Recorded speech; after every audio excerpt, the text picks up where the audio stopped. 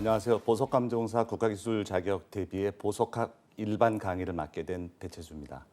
저는 경기대학교 서비스경영전문대학원 보석마케팅 및 디자인 경영의 주임 교수로 재직 중이고요. 여러분들이 이 보석학 일반에 관한 전반적인 내용들을 강의를 하게 됐습니다. 이 보석감정사 국가기술 자격은 1994년에 만들어져서 지금까지 시행이 되어 오고 있고요. 4개의 과목으로 이론 시험에 이 과목들이 이루어져 있습니다. 그래서 이 보석학 일반 이번 과목과 더불어서 이 보석 감별법 그리고 다이아몬드 그리고 보석 가공 기법 4개 이 과목으로 구성이 되어져 있고요. 이 보석학 일반은 다른 과목보다도 내용이 굉장히 광범위하고 또 양이 많기 때문에 여러분들이 강의를 들으시면서 하나하나 자세히 살펴보시게 되면 앞으로의 여러분들 그 국가기술 자격 대비에 큰 도움이 되리라고 생각이 듭니다.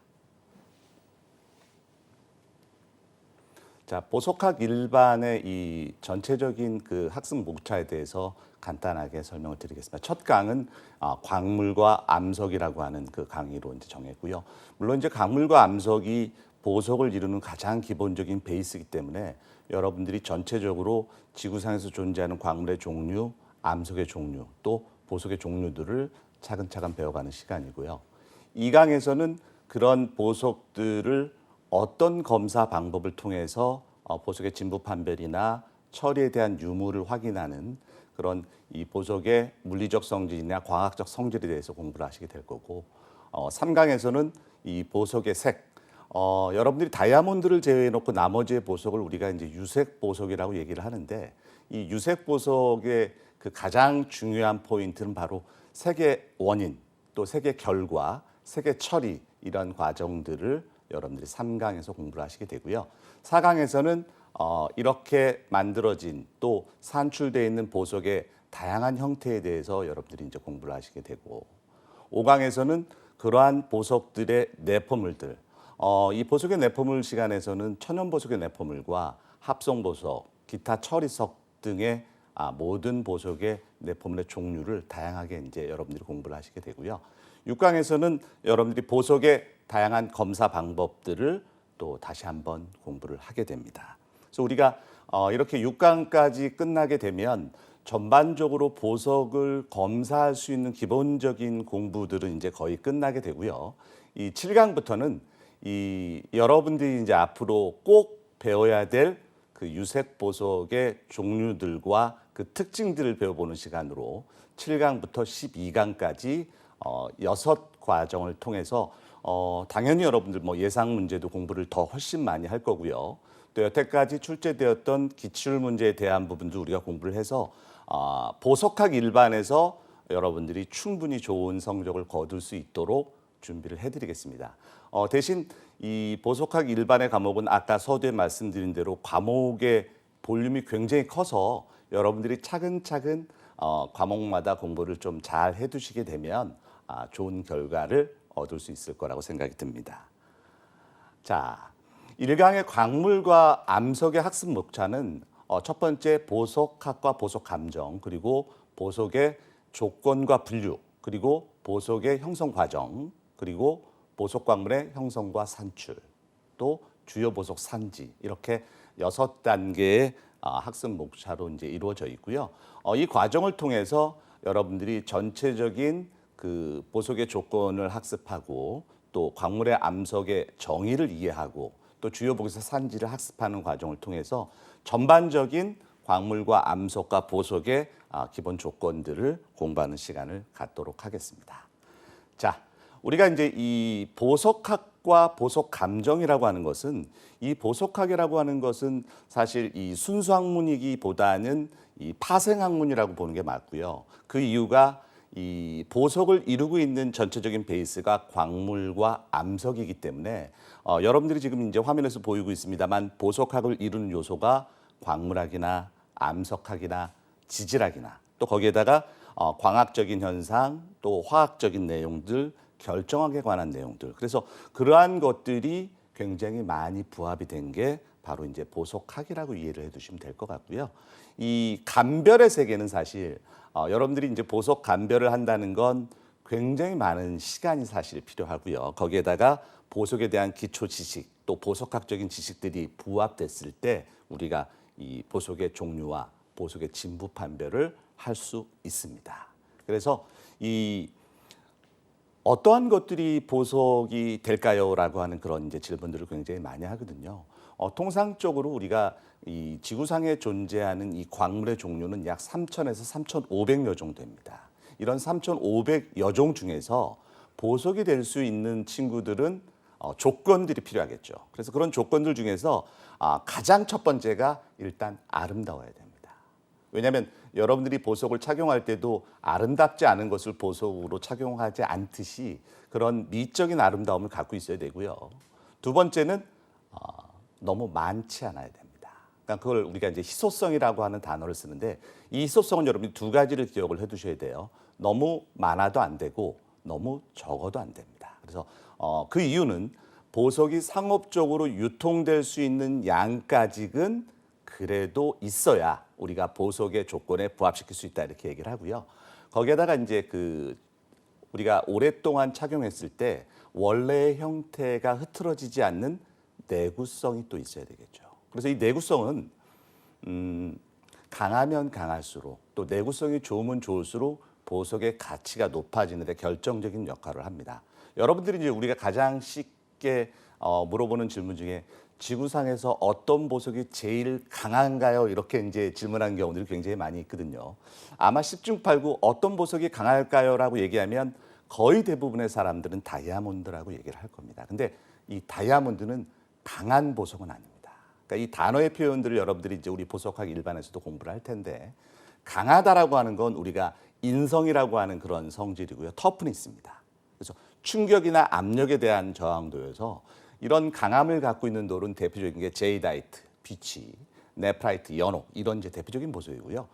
다이아몬드가 제일 강하던데요라고 했던 건 뭐냐면 다이아몬드의 경도가 제일 높다는 얘기입니다. 그래서 이 경도는 보석의 표면에 상처를 낼 수 없는 또 이 상처를 견디는 힘의 정도를 얘기하고요. 지구상에서 가장 높은 경도 수치를 갖고 있는 게 바로 이 가장 높은 숫자가 이제 10입니다. 근데 그 10이 바로 다이아몬드라는 걸 여러분들이 한번 기억을 해두시면 될 것 같고요. 그 다음에 이제 보석의 조건 중에서 전통성이라고 하는 건 예전부터 보석으로 많은 사람들에게 사랑을 받아와서 누구나 쉽게 이름을 알고 있는 그런 것들을 보석의 조건으로 넣을 수 있다는 건데 예를 한번 제가 들어보면 이 청색의 투명한 보석이 어떤 게 있을까요? 라고 물어봤을 때 보석을 공부하지 않은 분들도 사파이어요 이렇게 대답하는 분들이 상당수 많이 있을 겁니다. 그래서 우리가 사파이어를 거래하거나 구매할 때에는 이 사파이어가 가치가 있다는 걸 인지하고 이제 거래를 하게 되는데 제가 탄자나이트라고 하는 보석의 이름을 지금 이제 얘기했습니다. 탄자나이트 어떤가요? 라고 물어보면 보석에 관심이 좀 많은 분들은 청색의 대표 보석 중에 하나지 이렇게 이해하는 분들도 있지만 그게 보석인가요?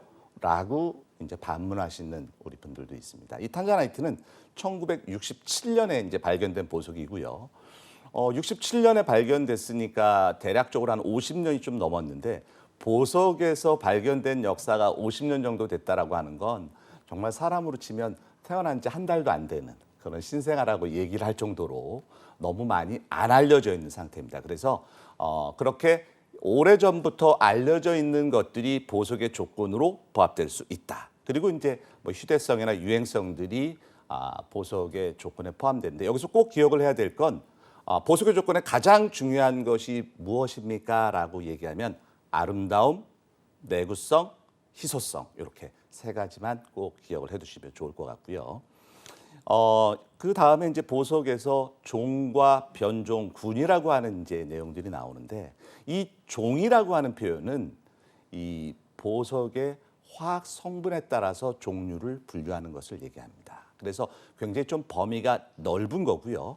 여러분들이 알고 있는 보석의 이름은 변종명이라고 생각하시면 돼요. 이 변종명은 보석의 색깔이나 투명도, 특수 효과에 근거해서 종의 하위 개념입니다. 그러니까 우리가 예를 들면 제 이름이 이제 배채수라고 얘기를 하면 이 배가 패밀리 네임이죠. 그래서 저의 아버님이나 저희 아이들은 벳이라고 하는 이름을 쓰지만 각각의 개별적인 외형과 또 이 나이에 따라서 이름들이 또 따로 정해져 있잖아요. 그런 것처럼 보석에서도 뭐 예를 들게 되면 AL2O3라고 하는 산화 알루미늄으로 이루어진 커런덤이라고 하는 종명이 있습니다. 우리가 이제 강옥석이라고 얘기를 하는데 이 커런덤은 적색으로 나타날 때 루비, 청색으로 나타나게 되면 사파이어라고 우리가 부릅니다. 그러니까 커런덤이라고 하는 종명과 루비라고 하는 변종명, 사파이어라고 하는 변종명 여러분들이 같은 보석이라고 하는 걸 이해하셔야 되고요.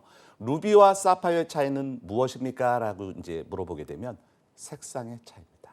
그래서 이 커런덤에서 적색을 나타내는 보석만 우리가 루비라고 얘기하고요. 나머지의 모든 색상은 색상 명사 플러스 사파이어 이렇게 불러주시면 정확하게 보석 변종명을 이제 얘기하는 게 되고요. 자, 구는 화학적 구조적으로 밀접하게 관련되어 있는 이 종들의 집합체입니다. 우리가 보통 이제 그룹이라고 얘기를 하고요.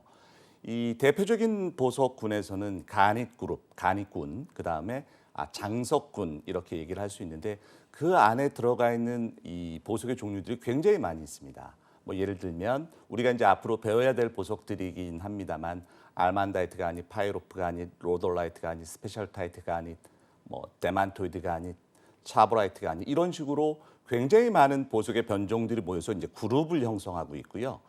이 펠드스파라고 하는 장석군이라고 하는 이 그룹도 여러분들이 문스톤, 선스톤, 아마존나이트, 레브라도라이트, 펠드스파 이렇게 네 가지의 종류의 보석들이 뭉쳐져 있는 그런 그룹으로 여러분들이 이해를 해두시면 좋을 것 같습니다. 그래서 우리가 이 생성 기원에 따라서 이 분류를 하는 건 이 보석이 자연적으로 생성된 것이냐 아니면 사람이 만든 것이냐 이렇게 이제 구별을 할 수가 있고요. 천연석은 대표적으로 무기질과 유기질의 두 가지의 보석의 종류로 나눕니다. 이건 이제 여러분들이 어렵게 생각하시지 않아도 되는데 거의 대부분의 천연 보석은 무기질 보석입니다. 그렇게 이해를 해두시면 되고요. 유기질 보석은 어떤 건가요? 라고 했었을 때 이 유기질 보석은 생명체하고 관계가 있는 데에서 산출되는 보석의 종류들을 우리가 유기질 보석이라고 얘기를 합니다. 대표적인 게 여러분들 호박, 이 침엽수에 수지가 화석화돼서 나온 게 이제 호박이고요. 그다음에 진주, 조개에서 나오는 보석 진주, 그리고 산호의 필립군충이 화석화돼서 나오는 거. 그리고 여러분들 조금 낯설지만 상아, 아이보리, 네. 요즘은 이제 그 코끼리를 보호하기 위해서 함부로 채취를 할 수가 없습니다만 뭐 정말 오래전에 냉동된 맘모스의 상아는 거래가 되고 있습니다. 그래서 이런 상아 종류들 그 밖에도 좀 희귀하긴 합니다만 뭐 제트라고 하는 갈탄의 유기물질도 있고요. 요 정도를 빼놓고는 거의 대부분은 다 이 무기질 보석이다 이렇게 이해를 해두시면 좋을 것 같고요. 인조석은 사람이 실험실에서 만들어낸 보석입니다. 여기서 이제 약자로 지금 표현됩니다만 야그라고 불리는 YAG는 이트륨, 알루미늄, 가닛이라고 하는 그런 보석명을 갖고 있고요. GGG라고 하는 보석은 가돌륨, 갈륨, 가닛이라고 하는 이름을 갖고 있습니다. 사실 뭐 보석학적으로 거래가 되는 보석들은 아닙니다만 한 번쯤 들어보시면 좋을 것 같고요. 특히 이제 야그라고 하는 보석은 예전에는 다이아몬드의 유사석으로 지금은 색상을 집어넣어서 에메랄드의 유사석으로 일부 사용이 되고 있는 그런 인조석이 되겠습니다. 그리고 이제 여기에 처리의 기법들이 굉장히 다양하게 나오는데 우리가 이제 수업을 진행하면서 처리석에 대한 감별 방법들도 이제 공부를 하게 되고요.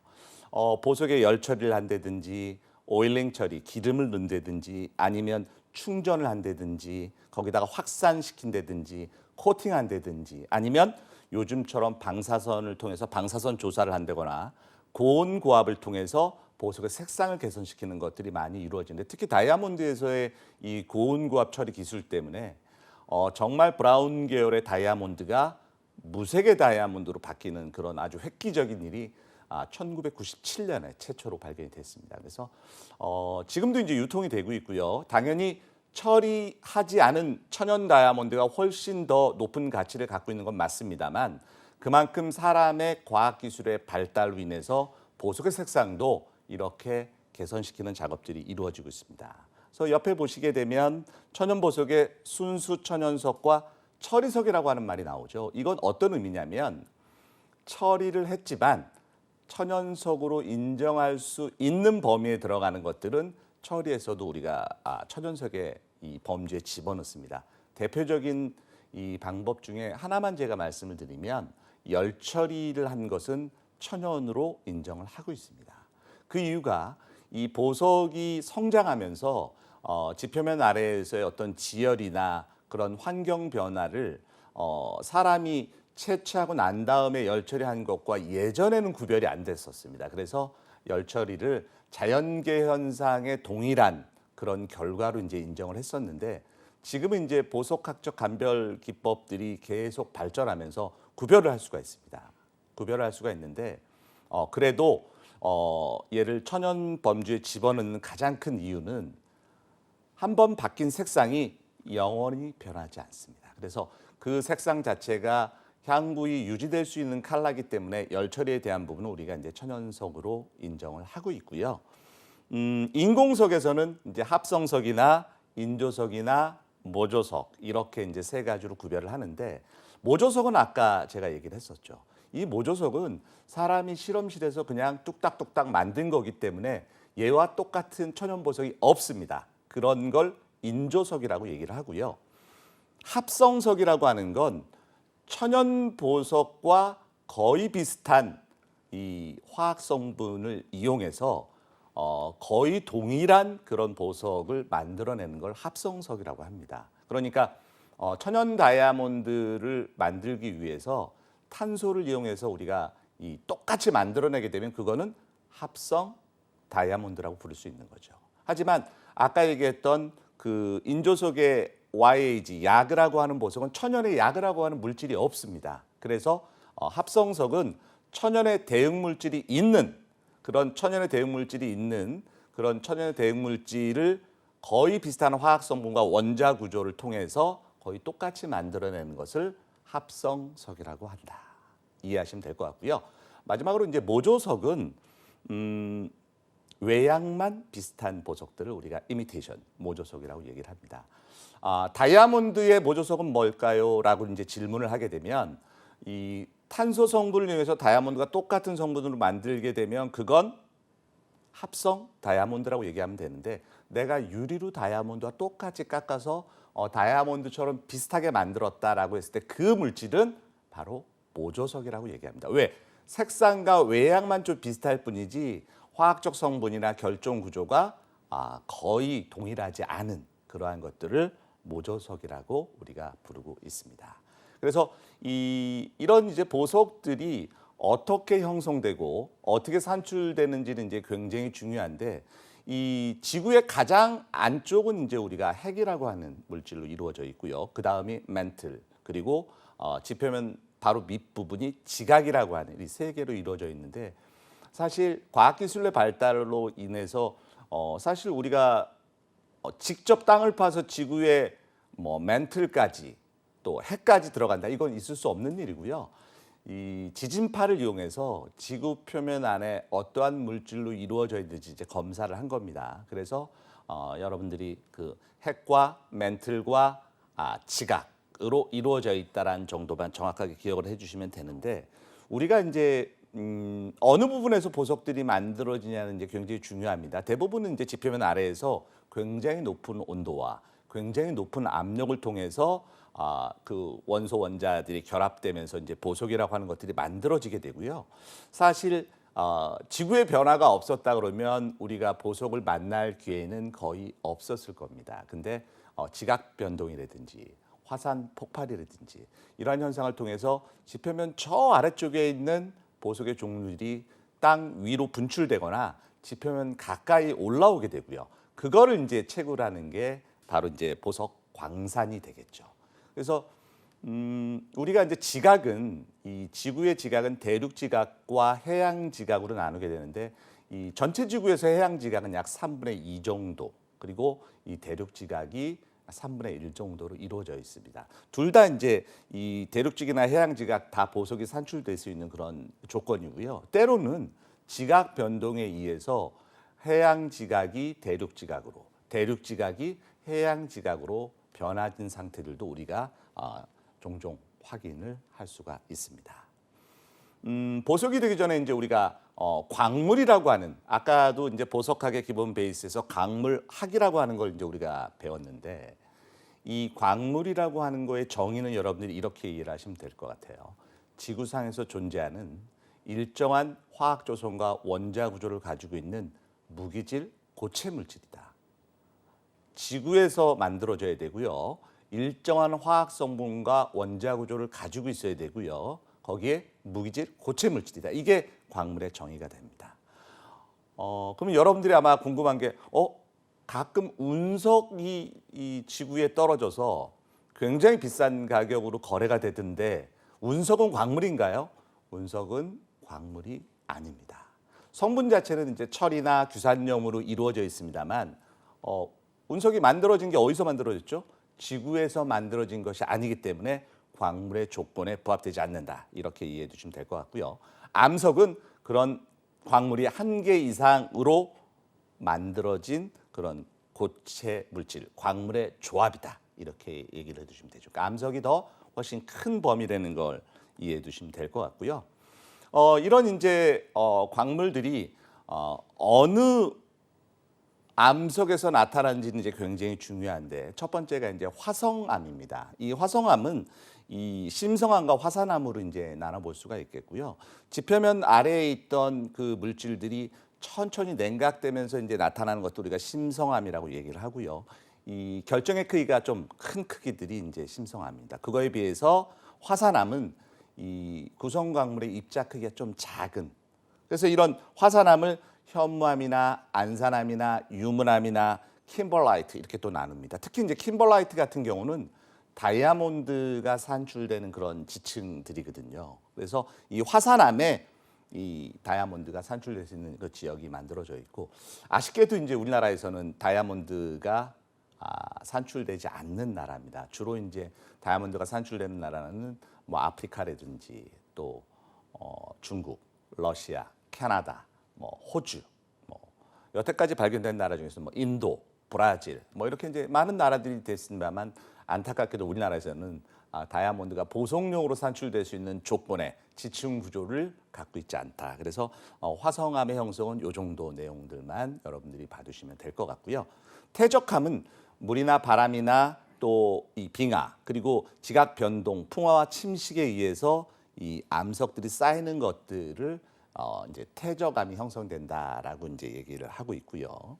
이 변성암은 이 암석들이 화학 성분이나 구조들 또 조직 등의 변화가 일어나서 새로운 형태의 암석이 만들어지는 것, 생성되는 것을 우리가 변성암이라고 얘기를 합니다. 그래서 이 변성암은 접촉 변성과 이제 동력 변성이라고 얘기를 하는데, 이 어느 쪽에서 이제 이 압력을 가해서 만들어지냐에 따라서 이 변성암의 종류를 나누기도 합니다만, 여러분들이 이제 이 변성암 종류로만, 그러니까 우리가 이 지구 조직의 압력에 눌려져서 이렇게 만들어지게 되면 동력 변성 작용, 이제 B번의 그림을 여러분들이 참고하시면 될 것 같고요.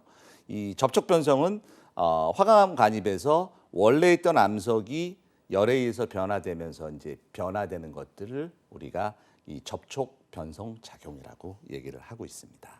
그래서 이런 보석 광물들의 생성은 거의 대부분 이제 뭐 보석의 종류들을 따지게 되면 이 광물이 지구상에서 존재할 때는 약 3,000에서 3,500여 종, 책마다 이제 3,000여 종을 얘기하는 경우도 있고 3,500여 종을 얘기하는 경우도 있습니다만, 그런 3,000에서 3,500여 종 중에서 보석으로 쓰이고 있는 것들은 뭐 100여 종 정도에 지나지 않습니다. 또 실질적으로 자주 거래가 되고 있는 상업성을 띠고 있는 보석들은 한 20, 30여 종에 불과할 정도로 굉장히 귀하게 거래가 되고 있고요. 대부분 이제 대륙 지각에서 생성이 되고 있고, 마그나나 이 심혈수에 의해서 이제 정출이 되고, 또 이런 화산 폭발이나 지각 변동에 의해서 지표면 가까이 올라오게 되면 우리가 이 채굴 작업을 통해서 보석으로 만날 수 있는 그런 기회를 가질 수가 있습니다. 페그마타이트라고 하는 건 여러분들이 조금 이제 기억을 해두시면 좋을 것 같은데요. 지금 이제 우측의 사진은 바로 다이아몬드 광산, 이 킴벌라이트 광산의 전경을 지금 찍어놓은 사진입니다. 굉장히 큰 다이아몬드 광산은 우주에서도 사진 촬영을 하면 보일 정도라서 우리가 빅홀이라고 하는 그런 명칭을 또 갖고 있는데, 이 거대한 이 큰 결정 광물들이 모여지는 게 이 페그마타이트고요. 특히 이제 이 페그마타이트 중에서 킴벌라이트 지층에서는 다이아몬드가 산출되는 것으로 알려져 있고 산출이 되고 있습니다. 그래서 그것도 같이 기억을 해두시고요. 이 변성암 같은 경우는 미얀마 북부, 이 변성암에서 주로 산출되는 것들이 루비나 스피넬 이런 이제 유색 보석들. 그럼 여러분들이 유추해봐도 이 버마, 미얀마라고 하는 나라에서는 이 유색 보석이 산출이 많이 될 거야, 이렇게 또 예상을 할 수 있고요. 특히 커런덤이라고 하는 광물은 변성암 베이스에서 많이 산출되는 것으로 알려져 있습니다. 그밖에 이제 태국이나 인도, 콜롬비아도 그런 이제 지층 구조를 가지고 있고요. 충적광산이라고 하는 것은 여러분들이 보통 우리가 이제 광산의 어떤 스타일을 1차 광산과 2차 광산으로 나눕니다. 그래서 1차 광산 같은 경우는 말 그대로 그냥 지표면에서 대략적으로 한 5에서 10m 정도만 채굴 하게 되면 산출되는 것들이 1차 광산입니다. 그래서 대부분의 유색 보석들, 그러니까 동남아시아의 미얀마라든지 태국이라든지 라오스라든지 베트남이라든지 이런 나라에서는 그런 1차 광산들이 굉장히 많이 있고요. 거기서 채굴이 이제 점점점 양이 줄게 되면 갱도를 만들어서 채굴하는 것까지도 1차 광산. 왜? 지표면부터 이제 출발해서 우리가 밑으로 내려가는 그런 광산들을 얘기하고요. 2차 광산은 우리가 이제 충적 광산이라고 얘기를 합니다. 그 이유가 이 지표면 아래에 있던 그런 보석 광물, 보석의 종류들이 이 외부 환경 변화에 의해서 이제 이 지표면 위로 탈출하게 되고요. 그것들이 이제 모래속에 갇혀 있거나 때로는 강이나 해안가나 아니면 그런 이제 이 물줄기를 따라서 흘러내리면서 이 보석들이 모여져 있는 그런 광산들을 2차 광산이라고 얘기합니다. 그래서 보석 종류 중에서 2차 광산은 굉장히 중요한 게 이제 강이나 그런 해안가에서 그런 이 물에 휩쓸리게 되고 바람에 깎이게 되고 부딪히게 되고 그러면서 불필요한 부분들이 제거가 되고 그렇게 제거되면서 좋은 결정들만 남아요. 그래서 다이아몬드 광산에서도 2차 광산에서 산출되는 것들은 보석용의 확률이 굉장히 높습니다. 그래서 여러분들이 특히 아프리카 해안가 지역에서 정말 이 다이아몬드를 줍는 게 영화에서만 나오는 얘기가 아니고 실제로 일어난 일이고요. 그런 광산들이 바로 2차 광산입니다. 그래서 다이아몬드 산지는 전 세계 이 지도를 펼쳐보게 되면 아프리카 지역에 주로 이제 표시가 굉장히 많이 되어 있습니다. 그래서 사람이 살기에 적합하지 않은 기후와 자연 조건을 가지고 있지만 다이아몬드가 산출되는 조건으로는 굉장히 좋은 조건을 가지고 있는 게 이제 아프리카 지역이고요. 또 아프리카 지역에서도 여러분들 뭐 나미비아라든지 앙골라라든지 또 보츠와나라든지 또 대표적으로 남아프리카 공화국이라든지 또 이제 호주나 브라질 그리고 캐나다, 러시아, 뭐 중국 이런 나라들이 다이아몬드가 산출되는 나라들입니다. 그리고 이 세계 보석 산지의 그림을 쭉 보시게 되면 우리나라도 이제 표시가 되어져 있고요. 조금 이제 이 화질 때문에 여러분들이 다 확인할 수는 없는데 우리나라에서도 이 보석이 산출되는 것들이 있습니다. 대표적으로 우리가 꼭 기억을 해야 될 건 경상북도 언양군에서 나오는 그 언양자수정이 세계적인 자수정 중에서도 가장 높은 질로 인정받고 높은 퀄리티로 산출이 됐었고요. 지금은 아쉽게도 채광이 거의 안 되고 있는 게 좀 이제 아쉬운 부분이고요. 그다음에 춘천에서 나오는 이 연옥, 우리가 보석학적 명칭으로는 네프라이트라고 얘기를 합니다.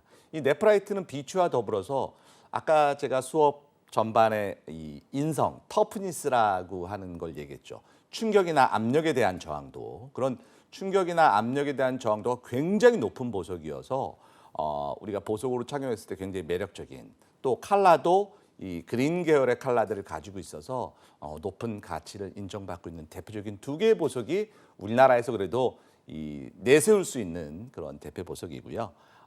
진주도 이제 통영 지방에서 양식을 일부 하고 있습니다만 그 숫자는 좀 작습니다. 그리고 전국 각지에서 투어멀린이라든지 가니시라든지 페리도트라든지 이러한 보석들도 일부 산출이 되고 있는데 대신 상업적으로 이 가치를 좀 이뤄낼 만큼의 양은 아니어서 조금 아쉬운 마음이 듭니다. 그래서 전체적인 산지를 여러분들이 이제 이해를 해두시면 되겠고요. 이 루비의 산지 중에서 이제 대표적인 산지들을 몇 개 공부를 해보게 되면 이 미얀마 같은 경우는 대표적인 광산에 대한 모곡과 몽슈라고 하는 두 개의 광산이 있습니다. 사실 루비 중에서 가장 좋은 질의 루비가 어느 나라에서 주로 산출되나요? 그러면 뭐 미얀마를 우리가 1순위로 꼽게 되고요. 그만큼 미얀마에서 산출되는 그 적색의 루비가 순수한 아름다움의 적색. 또 그런 적색을 나타내는 건 이 크롬이라고 하는 발색 원소 때문에 이제 그러한 아름다운 적색을 나타낼 수 있고요. 또 대표적으로 이 모곡산 미얀마 루비는 열 처리를 하지 않기 때문에 상업적으로 거래할 때에도 굉장히 높은 가격으로 거래가 되고 있습니다. 이런 모곡산이 계속 산출이 되면서 거래가 되다가 어느 순간 이제 산출량이 굉장히 줄게 되고요. 미얀마에서 몽슈라고 하는 지방에서 1980년대 이후에 루비를 채굴하기 시작을 합니다. 근데 이 몽슈 루비는 색상이 굉장히 어두워요. 그래서 바로 루비라고 하는 보석으로 쓰기에는 좀 어두운 암적색의 느낌을 띠고 있어서 이 가격도 낮고 거래도 잘 되지 않았었는데 열 처리의 기술이 발달하면서 보석의 색상을 좀 더 밝게 만드는 기술들이 확보가 됩니다. 그래서 지금은 몽슈산 루비도 굉장히 많이 유통이 되고 있고요. 미얀마에서는 전체 루비의 약 90%가 이 몽슈에서 산출되고 있다는 것 기억을 해두시면 될 것 같습니다. 그리고 이제 또 루비의 산지 중에서는 태국, 특히 이제 이 찬타브리나 칸차다브리나 또는 이 보라이 광산 이런 데서 이제 루비가 많이 산출이 되는데 이 태국산 루비 같은 경우는 그 루비의 성분 중에 철 성분이 굉장히 많이 함유가 되어져 있습니다. 이 철이 많이 들어가 있게 되면 루비에다가 우리가 자외선을 조사시켰을 때, 자외선을 비춰봤었을 때 형광 반응이라고 하는 것들이 나타나거든요.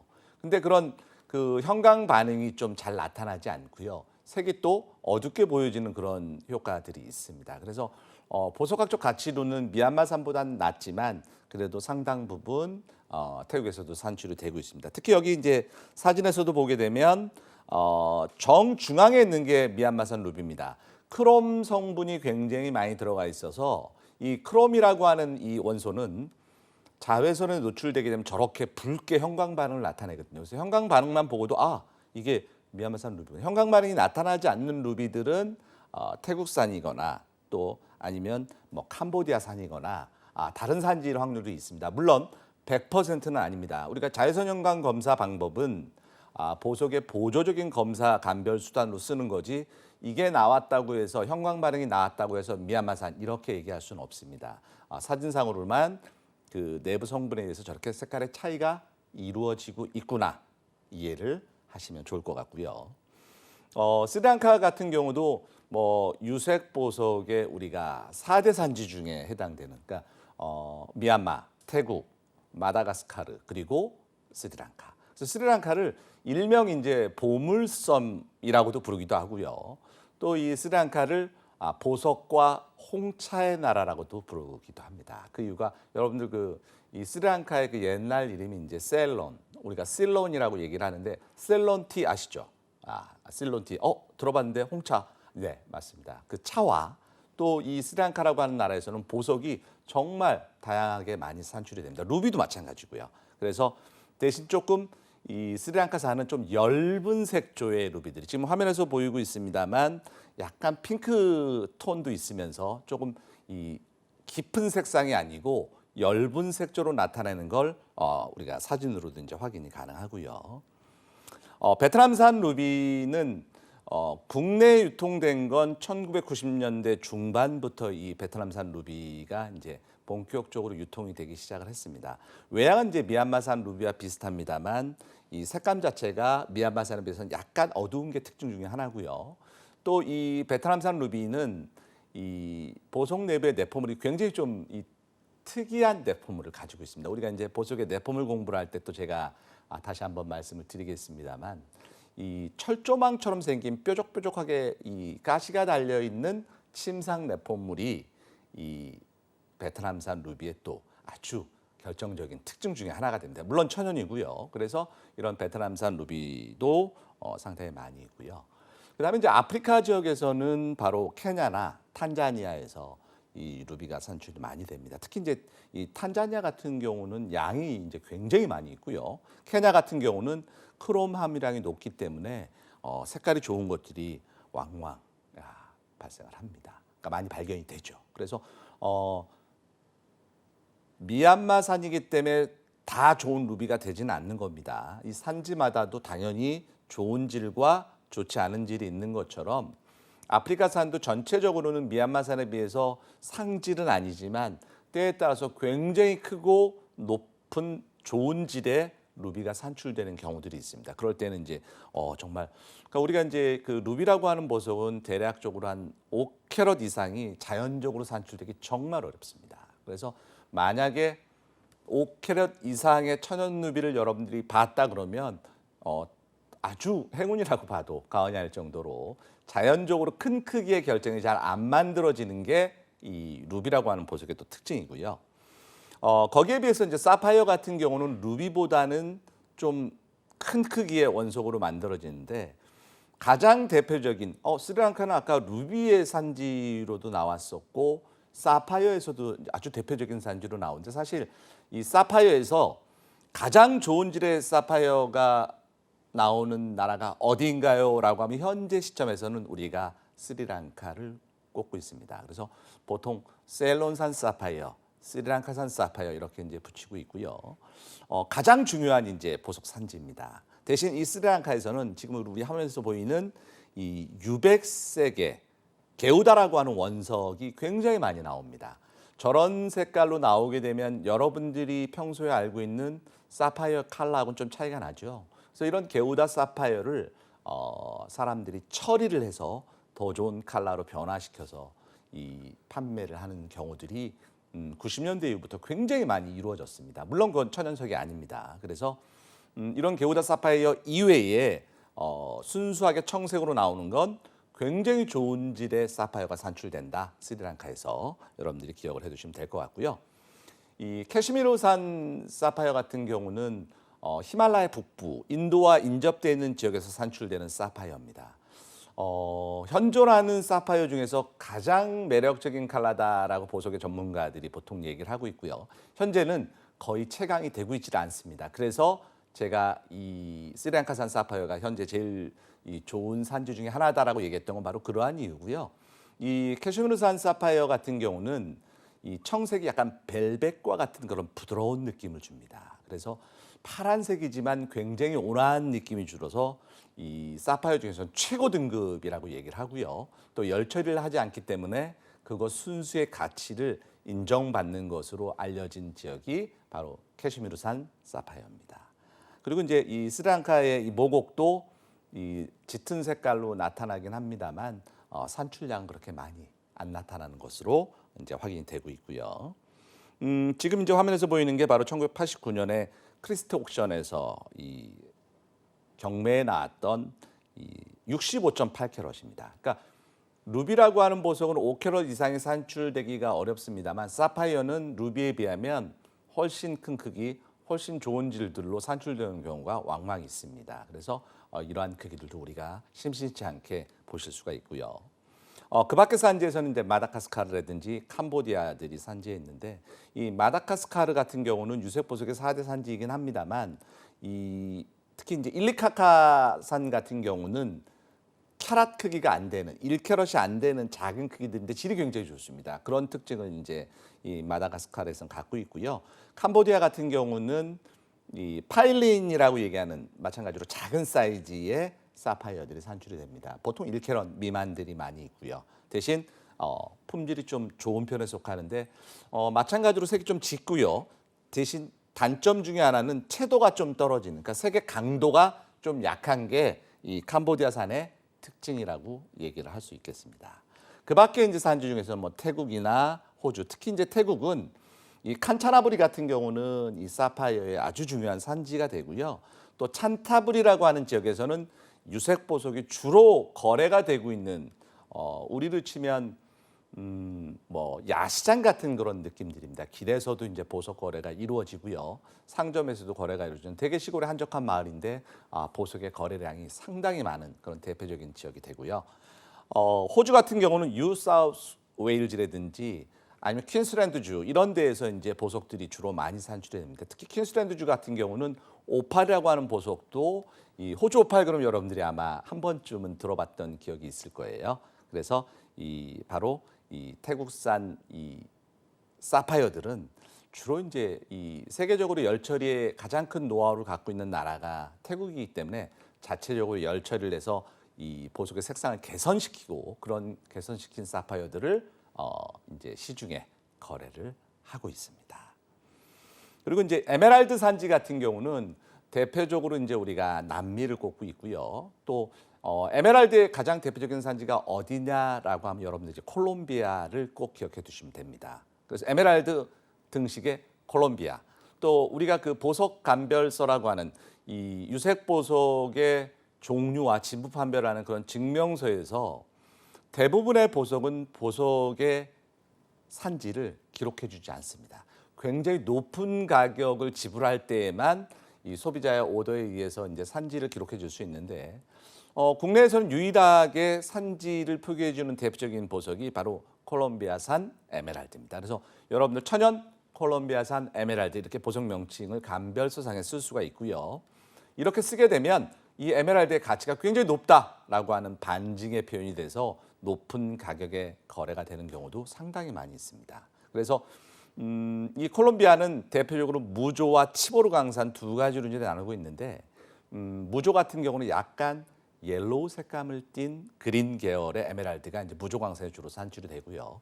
이 치보르 같은 경우는 약간 청색감을 띤 그 녹색의 루비입니다. 물론 이제 코스케스 지역도 있습니다만 무조 치보르가 어느 산지냐고 하느냐에 따라서 가격의 높고 낮음은 아닙니다. 왜냐하면 소비자의 그 선호도에 따라서 옐로우를 좋아하는 분들도 있고 청색감을 좋아하는 분들도 있기 때문에 그 색감의 차이는 가격을 결정하는 결정적인 요인은 아니에요. 왜냐하면 원래 베이스가 녹색이기 때문에 그 녹색이 얼마나 순수하게 강하게 잘 나오냐가 중요하고요. 특히 대표적인 뇌포물로 우리가 이제 보석 뇌포물 시간에 배우겠습니다. 3piece inclusion 우리가 삼상 뇌포물 보석 안에 액상 뇌포물 안에 기상 뇌포물과 고상 뇌포물이 동시에 나타나는 아주 특이한 뇌포물을 가지고 있습니다.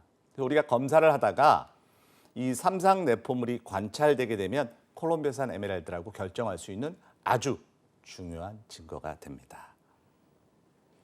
그다음에 이제 브라질산이나 잠바브에산은 콜롬비아산에 비해서는 조금 이 가치가 떨어지지만 상당히 많은 양이 산출되고 있고요. 이 브라질산 같은 경우는 이 철 성분이 함유되면서 약간 청색감이 도는 그런 색깔이 이 브라질산의 특징이 되고요. 잠바브에 같은 경우는 이제 우리가 산다나와 강산에서 산출이 되는데 아주 재밌게도 트레몰라이트라고 하는 아주 특별한 뇌포물들 지금 우리 화면에 보시게 되면 이 트레몰라이트가 어떻게 생각하시면 되냐면 대나무 기둥 같은 것들이 막 들어가는 것처럼 보여져요. 그래서 에메랄드 안에 이 트레몰라이트가 나오게 되면 이거 짐바브웨 산다나와산 광산에서 나온 에메랄드네라고 우리가 확인할 수가 있습니다. 그래서 이런 브라질과 잠바브웨에서도 이 에메랄드가 이제 산출되고 있고요. 아쿠아마린의 산지는 여러분들이 사실 이 아쿠아마린이라고 하는 것은 지금 앞에 여러분들이 제가 말씀드렸던 이 에메랄드와 같은 집안 식구입니다. 그러니까 베릴이라고 하는 이 종명을 갖고 있는 보석 안에서 녹색을 띠게 되면 에메랄드, 청색을 띠게 되면 아쿠아마린, 핑크색을 띠게 되면 모거나이트, 황색을 띠게 되면 골든 베릴, 무색을 띠게 되면 고셰나이트 이렇게 이제 각각의 변종명들 우리가 이제 나중에 다 배울 겁니다. 그러한 변종명을 갖고 있고요. 보석 유색 보석에서 가장 대표적인 색상을 얘기해봐라 그러면 적, 녹, 청입니다. 그래서 적색의 루비, 녹색의 에메랄드, 청색의 사파이어, 그리고 또 아쿠아마린, 뭐 이렇게 얘기할 수 있겠죠. 지금 이제 화면에 보이는 아쿠아마린은 103캐럿, 굉장히 큰 크기고요. 아쿠아마린은 이렇게 짙은 청색으로 나타나는 경우가 사실 좀 드뭅니다. 통상적으로는 여러분들이 스카이블루 컬러 아니면 물 빠진 청바지 컬러로 나오는 게 이제 아쿠아마린 이 보석의 특징이기도 한데, 주로 이제 브라질이나 미얀마나 스리랑카, 인도에서 산출이 많이 되고 있습니다. 그 다음에는 이제 또 이 크리소베릴. 우리가 이 크리소베릴이라고 하는 보석은 국내에서는 많이 알려져 있지 않지만 이 세계적으로는 굉장히 고가의 보석으로 팔리는 대표적인 보석 세 가지가 이 크리소베릴 종 안에 들어가 있습니다. 첫 번째가 캐사이라고 하는 보석이고요. 두 번째가 알렉산드라이트, 세 번째가 크리소베릴. 그리고 정말 희귀하지만 알렉산드라이트 캐사이, 캐사이 알렉산드라이트 이렇게 두 가지가 같이 섞여서 나오는 것들도 희귀하게 나옵니다. 굉장히 높은 가격에 거래가 되죠. 이런 크리소베릴은 브라질이나 러시아의 우랄 지방에서 가장 많이 나타나고요. 지금 저 화면에서 보시게 되면 특히 이제 알렉산드라이트 같은 경우는 일반적인 광원에서는 약간의 녹색감, 그리고 이 인공광에서 보면 붉은 색감, 뭐 자적색, 적자색 이런 색깔로, 그래서 이제 일명 주야 변색석이다. 그래서 이제 특수 효과로는 우리가 체인지 오브 컬러라고 하는 특수 효과를 갖고 있습니다. 이 색깔의 변화가 심하면 심할수록 훨씬 비싼 가격에 거래되는 게 알렉산드라이트라고 하는 보석의 특징이 되고요. 그 다음에는 이제 기타 보석들의 산지를 한번 이제 간단하게 말씀을 드리면, 이 스피넬 같은 경우는 이 산지 자체가 커런덤, 루비 사파이어 산주와 중복되는 경우가 굉장히 많이 있습니다. 지금 보시게 되면 미얀마의 모곡, 스리랑카, 그다음에 미국의 유저지는 뭐 조금 이제 차이가 납니다만, 그 이유가 뭘까요? 라고 했었을 때 여러분들이 하나 기억을 해둬야 될 것은, 이 커런덤이라고 하는 광물이 만들어지는 것은 Al2O3라고 하는 산화 알루미늄으로 이루어져 있습니다. 이 산화 알루미늄으로 이루어져 있는 것에 이 산화 마그네슘이 결합되게 되면 스피넬이라고 하는 보석이 돼요. 그러니까 커런덤이 만들어지다가 외부 조건의 변화에 의해서 산화 마그네슘이 섞이게 되면 그게 스피넬이라고 하는 보석으로 바뀌는 거죠. 그래서 왕왕 이 커런덤 산지에서 굉장히 큰 크기의 보석이 산출돼서 와 이거 루비야, 와 이거 사파이어야 이렇게 결정했다가 낭패를 보는 경우가 있습니다. 가장 대표적인 게 영국 왕실에 있는 왕관의 정중앙에 있는 흑태자 루비라고 하는 보석이에요. 애초에 발견됐을 땐 당연히 이제 루비라고 알고 있었고요. 루비 광산에서 산출이 됐으니까. 근데 영국에서 이제 보석학이 학문적으로 이제 발전하면서 영국 왕실에 있는 보석들을 다 검사하게 됩니다. 검사를 해보게 되니까 이 흑태자 루비로 불려졌던 루비가 아니고 스피넬로 밝혀졌습니다. 그래서 영국 왕실에서도 이제 깜짝 놀랐던 그런 대표적인 그런 사건이 되고요. 이 토파즈는 브라질이나 이 러시아의 우랄 지방에서 이제 많이 산출됩니다. 여러분들이 알고 있는 토파즈는 주로 파란 색깔의 이제 토파즈를 연상하실 거예요. 근데 토파즈는 가지고 있는 성분에 따라서 F 타입과 OH 타입으로 나누게 되고요. 이 F 타입과 OH 타입을 나누게 되면 물리적 성질도 약간씩 틀립니다. 그래서 무색이나 해청색이나 옐로우, 브라운, 레드 뭐 이런 식으로 색깔이 정말 다양하게 나오는 보석 중에 하나가 토파즈고요. 국내에서 또 해외 시장에서 가장 많이 거래가 되고 있는 이 파란 색깔의 토파즈는 토파즈 원석을 방사선 조사와 열처리를 통해서 개선시킨 토파즈입니다. 대신 너무나 자연스럽게 일반적으로 많이 행해지고 있고 또 그 색상이 열처리를 통해서 안전하게 영구 유지될 수 있다라고 해서 특별하게 보석 감별소에 그 처리 내용을 기재하지는 않습니다. 그 점 여러분들이 좀 기억을 해두시면 좋을 것 같고요. 투어멀린 같은 경우는 스리랑카나 모잠비크 또 인도, 브라질의 이 미나스제라이스 이 밖에도 뭐 우리나라에서도 이 투어멀린 나옵니다. 이 투어멀린은 우리가 일명 천의 얼굴을 가진 보석이다라고 얘기를 합니다. 이 천의 얼굴을 가졌다라고 하는 얘기는 뭐냐면 이 보석에서 투어멀린 나오는 색깔은 무색부터 흑색까지 다 나옵니다. 그래서 각각의 이름들을 또 가지고 있어서 이 투어멀린에서는 뭐 루벨라이트, 버더라이트, 인디콜라이트, 시벨라이트, 에클로이트, 쇼 뭐 이런 식으로 변종명들이 쫙 있고요. 나중에 이제 여러분들 공부할 겁니다. 대신 투어멀린만 먼저 하나 기억을 해두십시오. 그러면 투어멀린이라고 적으면 이제 큰 문제는 없는데 그만큼 다양한 색상을 갖고 나타나고요. 또 우리가 투어멀린의 이제 이 우리나라 말로는 전기석이라고 얘기를 합니다. 그러니까 전기석 그러니까 조금 연상이 되시죠? 전기성을 갖고 있나? 네. 그래서 그런 전기성, 마찰 전기나 압력 전기나 뭐 이런 이제 외부 조건의 변화에 의해서 이 전기성을 얘는 이제 약간 정전기의 어떤 그런 이 성질을 갖고 있는 것도 이제 투어멀린의 특징 중에 하나고요. 또 다양한 색깔들이 많이 산출되기 때문에 굉장히 다양한 곳에서 보석용으로 사용되고 있는 게 투어멀린입니다. 그다음에 자수정. 자수정은 뭐 브라질, 특히 이제 브라질이 이 최고의 이 산지 중에 하나고요. 더더욱도 이 브라질에서 이 산출되는 양은 굉장히 많이 있습니다. 굉장히 저렴한 가격으로 많이 이제 유통이 되고 있는데 우리나라에서는 그 언양 자수정이 세계적으로 높은 품질, 높은 가격으로 거래가 됐는데 아쉽게도 지금 산출량이 거의 없습니다. 그래서 이제 그런 점이 좀 아쉽고요. 이 여러분들이 이제 음식점이나 그 뭐 큰 사무실에 가보게 되면 수정 원석들이 이렇게 진열되어 있는 것들 아마 보신 분들이 꽤 있으실 거예요. 그 거북이 등껍질처럼 생긴 큰 원석 안에 뾰족뾰족한 자수정 원석이 이제 들어가 있는 것들 우리가 정동이라고 얘기를 하고요. 이 정동은 한번 그 산출되는 지역에서 채굴 하게 되면 그 지역에서 자수정이 산출되지 않습니다. 그래서 브라질에서도 요즘은 이 자수정을 수출할 때 굉장히 까다롭게 이 수출하는 것들을 이제 규제하고 있고요. 이 수정이라고 하는 보석은 굉장히 다양한 변종이 있어서 보석으로 굉장히 유용하게 사용이 되고 있습니다만 지각을 결정하고 있는 구성 성분 중에서 약 74.8%가 SiO2입니다. 그 SiO2로 이루어진 대표적인 보석 중에 하나가 바로 쿼르츠 수정이고요.